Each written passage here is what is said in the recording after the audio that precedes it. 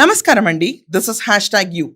జోగి రమేష్ తన కొడుకు జోగి రాజీవ్ అసమర్థత గురించి, పూజకు పనికిరాని పువ్వు గురించి బయట ప్రచారం విపరీతంగా మేఘన ఇచ్చిన ఎఫ్ఐఆర్లో బయటపడేటప్పటికీ సంధి కుదుర్చుకుందాం అని చెప్పి ముందుకెళ్ళాడంట.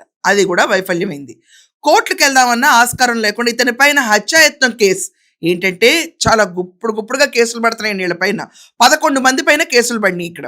రాజీవ్, అలాగే జోగి రమేష్ భార్య, మళ్ళీ జోగి రమేష్ ఇంకో కొడుకు, బావమరిది పెళ్ళం, ఇలా లింకులు మొత్తం ఉన్నాయి. వీళ్ళందరిపైన హత్యాయత్నం case, cheating case, dowry case, harassment case, బొచ్చుడు కేసులు నమోదైనవి.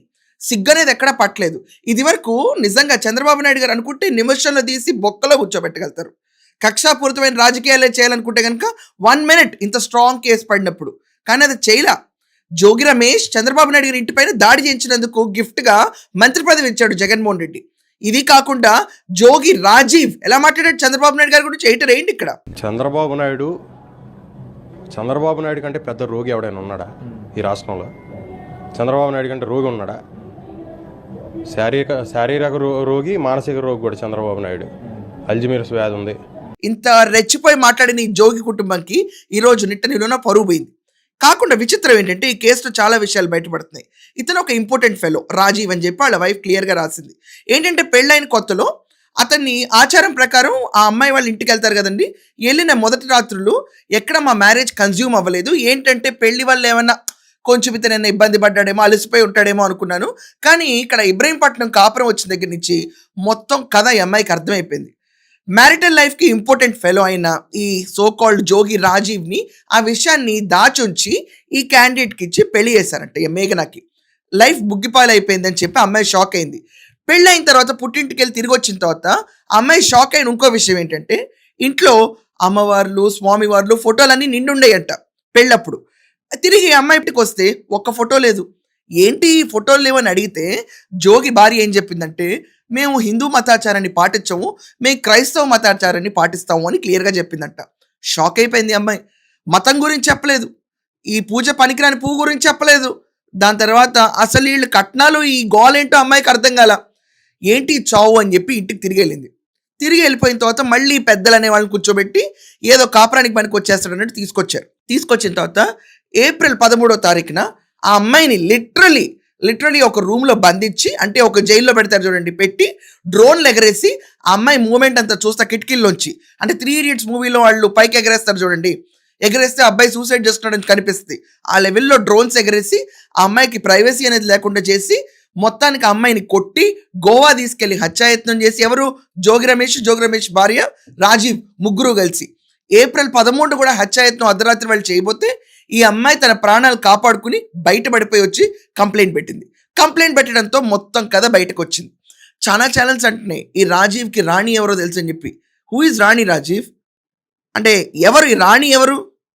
అమ్మాయా, అబ్బాయా? నువ్వేం చేసుకుంటావు రాణిని పెట్టుకున్నా అని చెప్పి బయట ట్రోల్స్ నడుస్తున్నాయి. సో రాణి ఎవరో తెలియదు ఇక్కడ మనకి.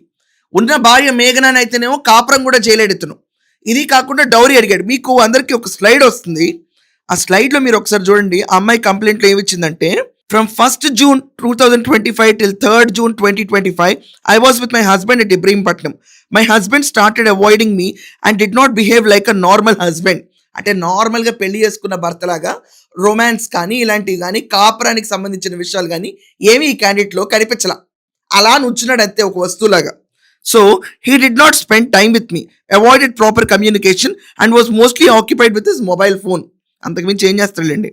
Even during late hours such as 2 AM and 3 AM, whenever I tried to talk to him and asked him the reason for his changed behavior, he did not give any proper answer.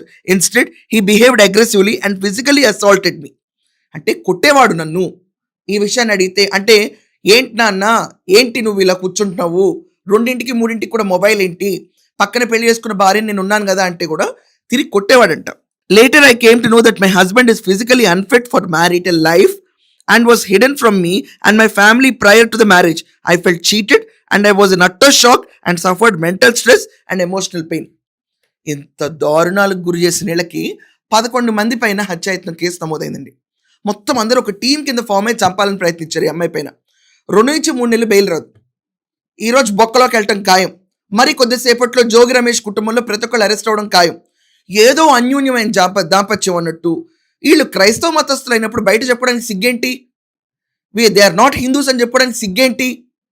ఎవ్వరికీ అర్థం కాదు. ఇలాంటి కుటుంబ నేపథ్యాల్లో కూడా జగన్మోహన్ రెడ్డి దూరిపోతాడు చూడండి. కక్ష రాజకీయాల వల్ల ఈరోజు జోగ్ కుటుంబం రోడ్డు మీద పడింది అంటాడు. నో డౌట్ ఇవాళ రేపట్లో దిగుతాడు ఆంధ్రప్రదేశ్లో. రేపేదో రెసిగ్నేషన్ ఫర్ లోకేష్ అని చెప్పి ఒక డ్రామా చేస్తున్నాడు. ఆ డ్రామాకి వచ్చే ముందు ఈ డ్రామా మొత్తం పండిస్తాడు. ఇంత సిగ్గు శరం లేకుండా, ఇది కాకుండా ఈ అబ్బాయి ఎవడు, ఈ పూజకు పనికిరాని పువ్వు కొంచెం అన్న ఆనందంగా నవ్వుతో మాట్లాడాలంటే 5 కోట్లు నుంచి 6 కోట్లు తీసుకోవాలంట అమ్మాయి ఇంట్లోంచి.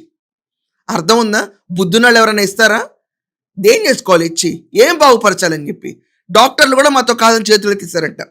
అలాంటి క్యాండిడేట్ని పెళ్లి చేసి ఈ అమ్మాయి జీవితం తగలబెట్టారు. అమెరికా నుంచి వచ్చాడండి ఈ క్యాండిడేట్. ఏదో యువరాజు వచ్చినట్టు గెటప్లు ఇచ్చి తీసుకొచ్చారు. ఎందుకు? ఇంకొక అమ్మాయి జీవితం బలిగొరడానిక? ఇలా తగలటింది జోగి రమేష్ జాతకం. చంద్రబాబు నాయుడు గారి ఇంటర్ఫీరెన్స్ అక్కర్లేదండి. చట్టం తన పని తను చేసుకుంటూ వెళ్తుంది. ఈరోజు జోగి రమేష్ కుటుంబంలో ప్రతి ఒక్కళ్ళు అరెస్ట్ అన్న వార్త సాయంకాలంలో మీకు వీడియో వస్తుంది. అండ్ ఈ రాణి ఎవరు? అసలు ఈ రాణి రాజీవ్ కబుర్లు ఏంటి? ఉన్న మేఘనాథ్తోనే ఏం చేయలేడు. రాణి ఎవరు అసలు? లవరా? లవర్ని పెట్టుకుని ఏం చేస్తాడు? ఇన్స్టాగ్రామ్లోనో లేకపోతే స్నాప్చాట్లో కబుర్లు చెప్పడం తప్ప. సో దీని గురించి మీ ఒపీనియన్ ఏంటో కొంచెం గట్టిగా రాయండి. That's all for now. Thank you.